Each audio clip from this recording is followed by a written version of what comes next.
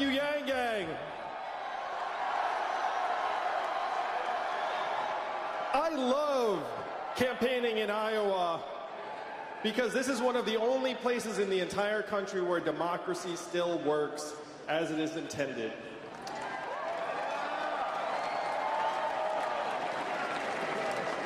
You know this, but I don't know if you realize just how much power is in this room tonight. I did the math, Iowa. Do you know how many Californians each of you is worth? 1,000 Californians each. When I look around this arena tonight, I do not just see 14,000 Iowans. I see 14 million Californians. That is the power in this room, the power to change the course of history. That's why it is a thrill to be back here and a privilege to address you all. Now, I'm a presidential candidate, yes, but I'm also a parent and a dad. How many of you all are parents? Yeah, my wife Evelyn is here with us tonight. We have 2 young boys,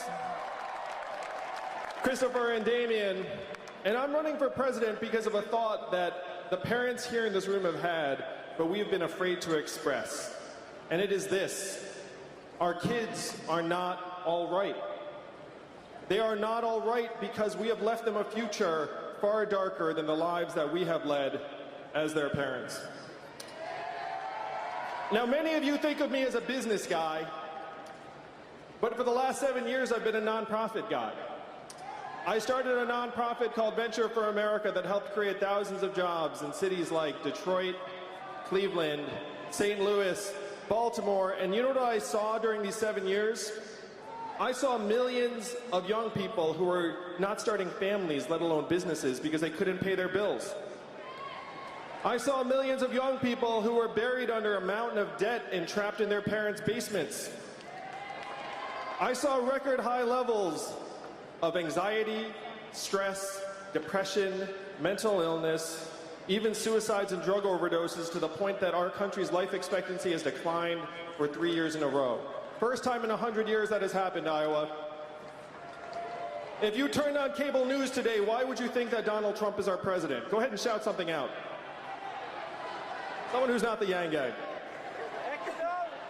Russia, racism, Facebook, Hillary Clinton, emails, all mixed together. But I believe many of you know different. I'm a numbers guy, and the reason why Donald Trump is our president, the reason why he won your state by 8 points, is that we blasted away 40,000 manufacturing jobs right here in Iowa, and you saw all of those towns go from blue to red as it happened. And that did not just happen here in Iowa. We did it in Michigan, Ohio, Pennsylvania, Wisconsin, Missouri, all of the swing states that Donald Trump needed to win. We blasted away 4 million manufacturing jobs, and unfortunately, we are not stopping there, Iowa. How many of you have seen stores close where you work and live here in the state? Raise your hands. And why are those stores closing? It's a one-word answer. Amazon, that's right. Amazon soaking up $20 billion in business every year, causing 30% of your stores and malls to close. How much did Amazon pay in federal taxes last year? That is your math, Iowa. 20 billion out, 0 back. 30% of your stores and malls closed. The most common job in your state is retail clerk. 39-year-old woman making between $9 and $10 an hour. When her store closes, what is her next move going to be? I am a numbers guy, but you don't need the numbers. You just look around your communities. You see it when you walk into the CVS and the grocery store and you see the self-serve kiosk. You see your neighbor's kids addicted to drugs. You see the headlines where Google and Uber are working on trucks that can drive themselves. These are the real problems that got Donald Trump elected, the fact that more and more of us are feeling left behind. Experts are calling this economic transformation, this period, the fourth industrial revolution. When is the last time you heard a politician even breathe the words fourth industrial revolution? Never. Just now, right? And I am barely a politician. These are the problems that got Donald Trump elected, and this is what you must solve. This is how you must use your power. Now, I want you all to ask yourselves for a moment, how is a man you'd never heard of 8 months ago speaking after Joe Biden and before Elizabeth Warren?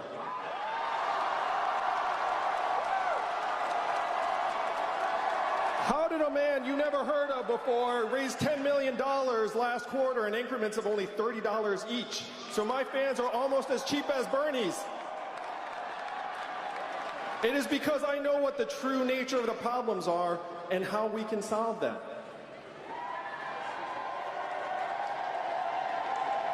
And it is up to you to take these solutions to the rest of the country to present a new way forward as fast as possible.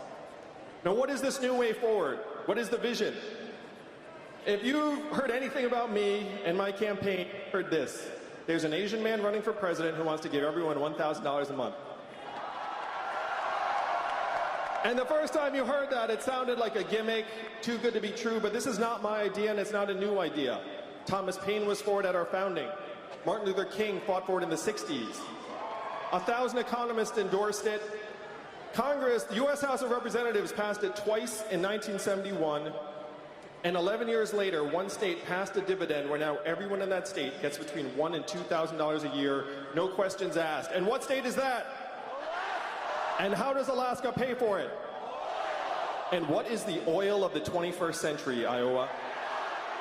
Technology, software, self-driving cars and trucks. Our data is now worth more than oil.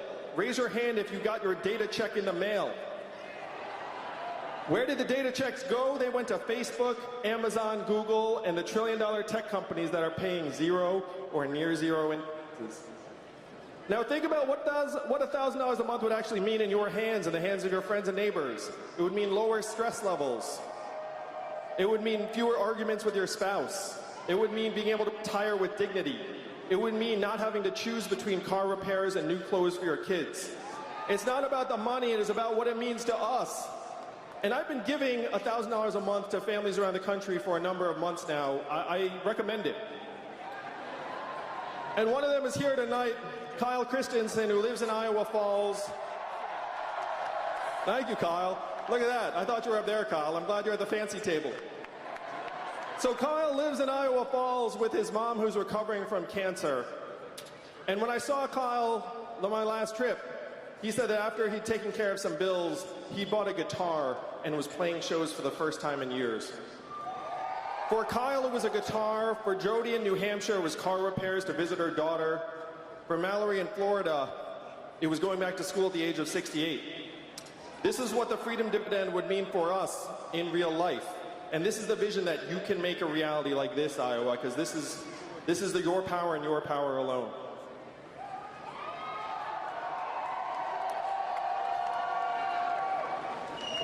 Now, my first move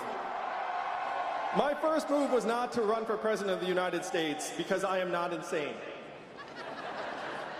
I worked in the Obama administration. I went to Washington, D.C., and I said, what are we going to do to help our fellow citizens understand that it is not immigrants that are causing these problems, it is technology and an economy that is pushing more and more of us to the side.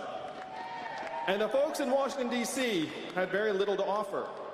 But one of them gave me some guidance that led me here to you all tonight. He said, Andrew, you're in the wrong town.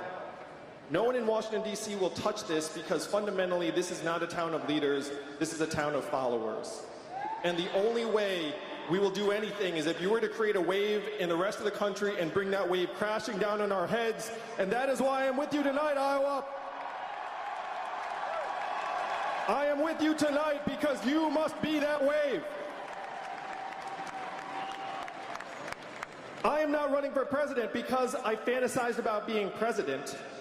I am running for president because, like so many of you in this room, I'm a parent and I'm a patriot.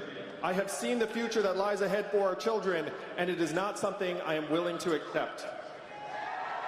Here in Iowa, you actually know what the future holds. If you look up, you saw it happen to your farms, and then your factories. Now it's on your main streets. Soon it will hit your highways. It is up to you and you alone to turn the tide. You must be the wave that helps us rewrite the rules of the 21st century economy to work for us, to work for you, the people of this country. You must be the wave that helps give the entire nation a new way forward and gives me and millions of parents around the country the ability to look our children in the eyes and say, with truth in our hearts, your country loves you, your country values you, and you are going to be all right. Thank you very much, Iowa. Let's make history. Let's move the country forward together in 2020 and win this whole thing.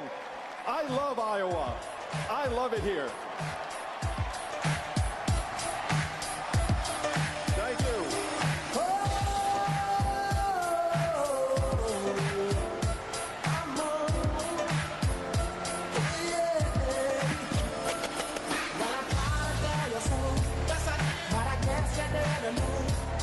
As I said, a story told.